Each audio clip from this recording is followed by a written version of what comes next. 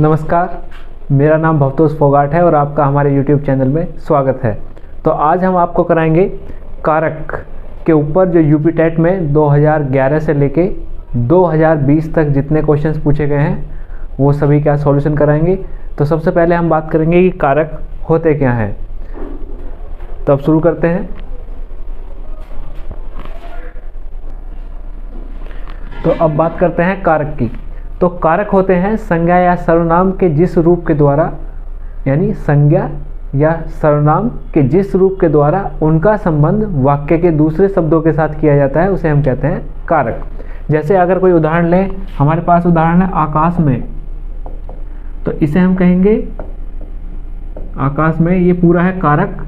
और ये जो एम में है इसे हम कहते हैं विभक्ति, यानी ये पूरा कारक और में विभक्ति। तो ये कारक जो होते हैं वो 8 तरह के होते हैं। तो अगर हम देखें कि कौन कौन से कारक हैं और उनकी विभक्ति, तो इसे हम याद इस तरह करते हैं कर्ता ने, यानी जिसमें ने शब्द आ जाए उसमें हमारा कौन सा कारक होगा, कर्ता कारक। इसी तरह को के लिए कर्म कारक, से या के द्वारा उसमें करण कारक, के लिए संप्रदान। इसी तरह अलग होने के लिए, किसी से अलग होना, उसमें आएगा हमारा अपादान। सबसे ज़्यादा सवाल इसी के ऊपर पूछे जाते हैं। संबंध के लिए का, की, के, नानी, रे ये अगर आ जाए तो संबंध कारक, में और पर आ जाए तो अधिकरण, और हे, ओ, अरे इस तरह के आए तो संबंध कारक, संबोधन कारक। तो इसे याद करने का तरीका वही है, कर्ता ने कर्म को करण, से के द्वारा, संप्रदान के लिए, अपादान से, संबंध का, की, के, नानी, रे ने, अधिकरण में, पर, संबोधन हे, ओ, अरे। तो ये था। अब सवाल करते हैं पहले 2020 में जो सवाल पूछा गया।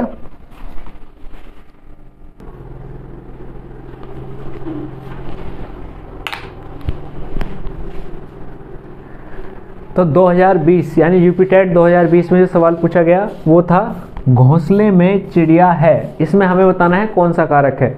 तो अगर हम इस कारक को देखते हैं तो इसमें जो विभक्ति चिन्ह लगा हुआ है वो है में।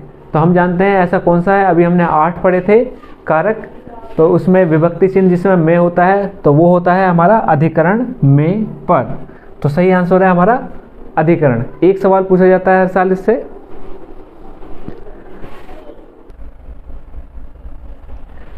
यूपी टेट 2016 में ये सवाल पूछा गया, छत से गिरी ईंट, यानी इसमें क्या हो रहा है, अगर विभक्ति देखें तो क्या आ रहा है, से, और ये क्या हो रहा है, अलग। तो हम जानते हैं अगर विभक्ति से लगी हुई है और अलग होने का भाव प्रकट हो रहा है तो उसमें जो कारक होता है वो होता है हमारा अपादान कारक। तो ये था इसका सही आंसर।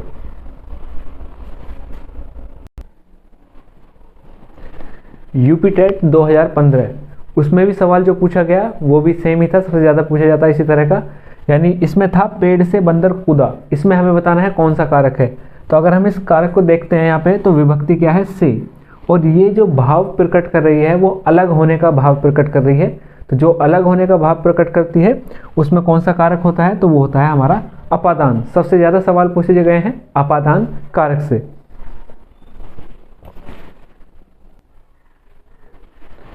यूपी टेट 2014 में 3 सवाल पूछे गए थे, जिसमें पहला सवाल था कि निम्न शब्द में अधिकरण कारक, यानी आपको बताना है अधिकरण कारक किस में है। तो 4 हैं, वाहनारूढ़, सत्ताधीश, गंगाजल और रेखाचित्र। तो अधिकरण कारक में क्या पहचान होती है, इसमें जो विभक्ति चिन्ह होती है वो होती है में और पर।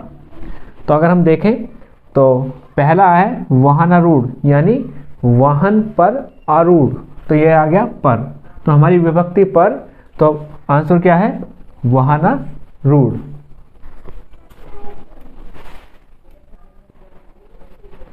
2014 में जो दूसरा सवाल पूछा गया वो था को, ये किस कारक को प्रदर्शित करता है, यानी तो अगर हम देखें सारे कारक, तो हम देखें कौन सी ये विभक्ति किसे प्रेजेंट वो करती है प्रदर्शित, तो हम देखेंगे कर्ता ने कर्म को, तो जो को है वो किसे दिखाएगा, कर्म। तो हमारा सही आंसर है कर्म कारक।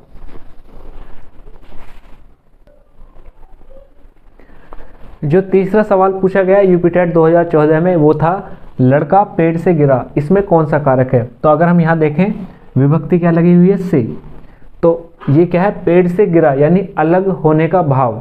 तो जहाँ अलग होने का भाव प्रकट होता है तो वो कौन सा होता है? तो हमारा सही आंसर होता है अपादान कारक। सबसे ज़्यादा पूछे जाने वाला सवाल है अपादान, तो आपको ध्यान रखना है जहाँ पे से लगा हो और वो अलग होने का भाव प्रकट करे तो उसे हम कहते हैं अपादान कारक।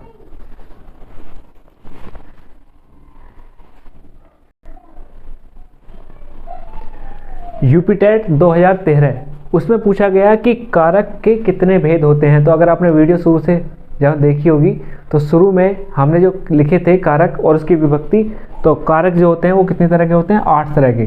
तो कारक 8 तरह के होते हैं।